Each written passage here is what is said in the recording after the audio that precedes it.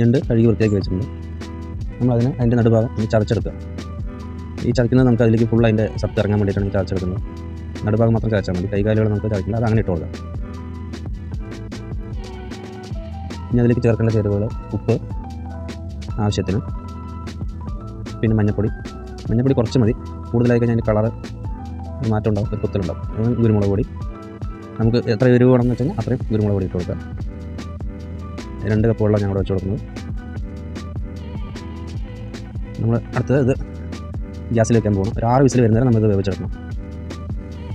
അതിനുശേഷം ഒരു പാൻ വെച്ച് അതിലേക്ക് 2 ടീസ്പൂൺ നെയ്യ്, വെളിച്ചെണ്ണ, അതിലേക്ക് വേണ്ട ഇഞ്ചി, വെളുത്തുള്ളി, ചെറിയുള്ളി ചതച്ചത്, കറിവേപ്പില, അത് നമ്മൾ അതിലേക്ക് ഇട്ട് കൊടുക്കണം. 3 കൂടി നന്നായി മൂപ്പിച്ചെടുക്കണം. നന്നായി ഒരു ചെറിയ ബ്രൗൺ കളർ വരുമ്പോൾ നമ്മൾ അതിലേക്ക് ചെറുജീരകം, നല്ല ജീരകം ആഡ് ചെയ്തിട്ട് കരിയാതെ തന്നെ അത് ഒന്ന് ഇളക്കി റെഡിയാക്കി എടുക്കുക. അതിനുശേഷം നമ്മൾ കുക്കറിൽ വേവിച്ച് വെച്ചാൽ ഞാനിതിലേക്ക് ഇട്ട് കൊടുക്കും. നമ്മൾ കുക്കറിൽ വയ്ക്കുമ്പോൾ തന്നെ അതിൻ്റെ ഒരു സ്മെല്ല് നമുക്ക് നന്നായി വരും. നല്ല ടേസ്റ്റി ആയിട്ടുള്ളൊരു വിഭവമാണത്. ഒന്ന് തിളച്ച് വരുമ്പോൾ അതിലേക്ക് ഒരു കുറച്ച് ഗരം മസാല ആഡ് ചെയ്യുക. തിളച്ച് വീണ്ടും വന്നതിന് ശേഷം തേങ്ങാപ്പാൽ ആഡ് ചെയ്ത് കൊടുക്കുക. തേങ്ങാപ്പാൽ ആഡ് ചെയ്തിട്ടൊന്ന് ചെറു ചൂടിൽ തന്നെ നമുക്കതിന് ഗ്യാസ് ഓഫ് ചെയ്യാം. ഒരുപാട് തിളയ്ക്കാൻ പാടില്ല. അപ്പോൾ നമ്മുടെ സൂപ്പ് ഇവിടെ റെഡി ആയിട്ടുണ്ട്.